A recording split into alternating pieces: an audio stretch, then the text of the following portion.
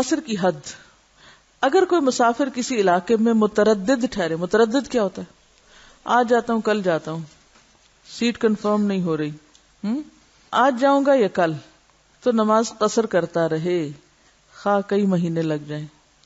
بعض اوقات کوئی بیمار ہے، اس کو دیکھنے کے لیے آپ 1-2 دن کے لیے آئے اور وہ بیمار ایسا ہے کہ جیسے کوئی ڈیتھ بیڈ پہ ہو. اب آپ سوچتے ہیں کہ میں اگر جاتا ہوں یہاں سے تو پھر آنا پڑے گا، بہتر ہے کہ میں تھوڑا انتظار کر لوں، یا تو مریض شفا یاب ہو جائے یا اللہ کو پیارا ہو جائے تو پھر ہی یہاں سے نکلوں. تو ایسی صورت میں ہو سکتا ہے کہ ایک مریض جو ہے وہ کئی مہینے تک اسی حال میں رہے اور آپ بھی روز سفر کا ارادہ باندھتے ہیں اور توڑتے ہوں. تو یہ جو تردد کی کیفیت ہے، یہ کون سی کیفیت ہے؟ اس کو کیا شمار کیا جائے گا؟ سفر شمار کیا جائے گا، جب تک آپ کو ڈیفینیٹلی یہ نہ پتا چل جائے کہ آپ کس دن جا رہے ہیں.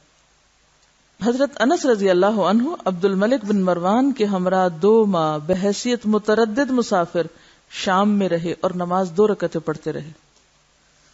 2 مہینے تک بھی انہوں نے قصر کی، کیونکہ وہ وہاں قیام کے ارادے سے نہیں گئے تھے، بس رکنا پڑ گیا اور پتہ بھی نہیں تھا کہ کس وقت چل پڑے. ابو جمرہ نصر بن عمران سے روایت ہے کہ میں نے ابن عباس سے سوال کیا کہ ہم غزوے کی غرض سے خراسان میں طویل قیام کرتے ہیں، کہاں مکہ اور کہاں خراسان، کیا ہم پوری نماز پڑھیں؟ آپ نے فرمایا 2 رکعتیں ہی پڑھا کرو، خواہ تمہیں کسی جگہ متردد مسافر کی حیثیت سے 10 سال قیام کرنا پڑے.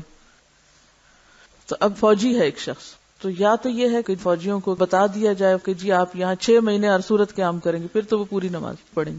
اور اگر حالت یہ ہو کہ معلوم نہیں آج چلے جائیں گے یا کل چلے جائیں گے، تو پھر اس صورت میں قصر. یعنی صرف فوجی ہونا ہی نماز کو قصر نہیں کر دے گا، بلکہ کس سے قصر ہوگی؟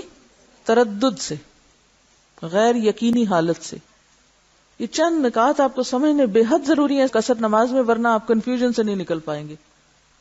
اگر 19 دن تک ٹھہرنے کا ارادہ ہو تو نماز میں قصر کرے، اور اگر 19 روز سے زائد ٹھہرنے کا ارادہ ہو تو پھر پہلے ہی سے نماز پوری پڑھنی چاہیے. اس کے بارے میں اختلاف ہے، ٹھیک ہے، 19 دن ہے یا 15 دن ہے. ایک مسلک تو یہی ہے جس کا اظہار اس کتاب میں کیا گیا کہ 19 روز قیام کی نیت ہو تو نماز قصر کی جائے.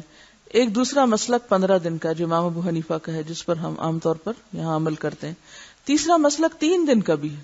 اسی آخری مسلک کو علماء محققین کی اکثریت نے راجح قرار دیا اور اختیار کیا ہے، ٹھیک ہے. یعنی زیادہ تر علماء کیا کہتے ہیں کہ بس 3 دن تک سفر شمار ہوگا. بعض نے 4 کا دن بھی کہا ہے، لیکن 15 اور 19 کی رائے بھی موجود ہے. اب آپ کہیں گے یہ وجہ کیا ہے، کیوں اختلاف ہے؟ اب دیکھیے، حضرت ابن عباس روایت کرتے ہیں کہ رسول اللہ صلی اللہ علیہ وسلم نے ایک سفر کیا، پھر آپ 19 دن ٹھہرے اور 2 رکعتیں نماز پڑھتے رہے. وہ اس سے دلیل لیتے ہیں فتح مکہ کے موقع پر. ابن عباس فرماتے ہیں کہ ہم اپنے اور مکہ کے درمیان کسی منزل میں اقامت کے دوران 19 دن 2 رکعتیں پڑھتے ہیں. بس جب اس 19 دن سے زیادہ ٹھہرتے ہیں تو 4 رکعت پڑھتے ہیں. یہ کس کا عمل ہے؟ ابن عباس اور ان کے ساتھی کا، عبداللہ بن عباس.